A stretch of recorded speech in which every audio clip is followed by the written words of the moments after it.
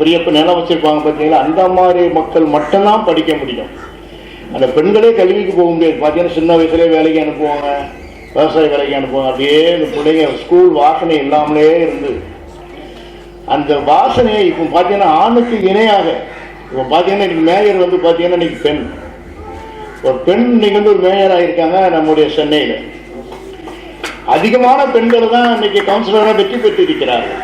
அதிகமான பெண்கள் எவ்வளோ வேகமாக வராங்க. அப்புறம் ஆணுக்கு இணையாக என்று பார்த்தா ஆணை தாண்டி போயாச்சு. இப்போ ஆண்கள் கம்மியாகி போயிடுச்சு, கவுன்சிலர் பெண்கள் அதிகமாகி விட்டார்கள். அந்த அளவுக்கு இந்த நாட்டில் பெண்களுக்கு முக்கியத்துவம் தரப்படுகிறது. உலகம் முழுவதும் சொன்னால் ஐநா சபை சொன்னார் பார்த்தீங்களா, பெண்களுக்குன்னு அந்த மகளிர் வந்து இந்த விழாவை நடத்துவதற்கு எதுக்கு பண்ணால் இன்றைக்கி வந்து பெண்கள் வளர முடியல, பெண்கள் வீட்டிலே இருக்கிறார்கள், கல்வி பெற முடியவில்லை.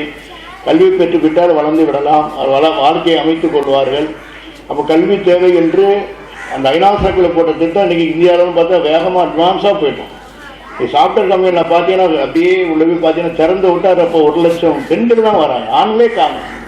கணினியில் ஒர்க் பண்ணுற ஐடியில் அப்படி பார்த்தா அவ்வளோ பேரும் பெண்கள் எல்லாம் வராங்க. அந்த அளவுக்கு நீங்கள் நாடு உயர்ந்திருக்கிறது. சிறப்பான முறையில் நீங்கள் இந்த நிகழ்வை நடத்தி கொண்டிருக்கிறீர்கள். தொடர்ந்து செய்யுங்கள். உங்கள் அனைவருக்கும் மகளிருக்கு நல்வாழ்த்துக்களை விடப்படுகிறேன். நன்றி, வணக்கம்.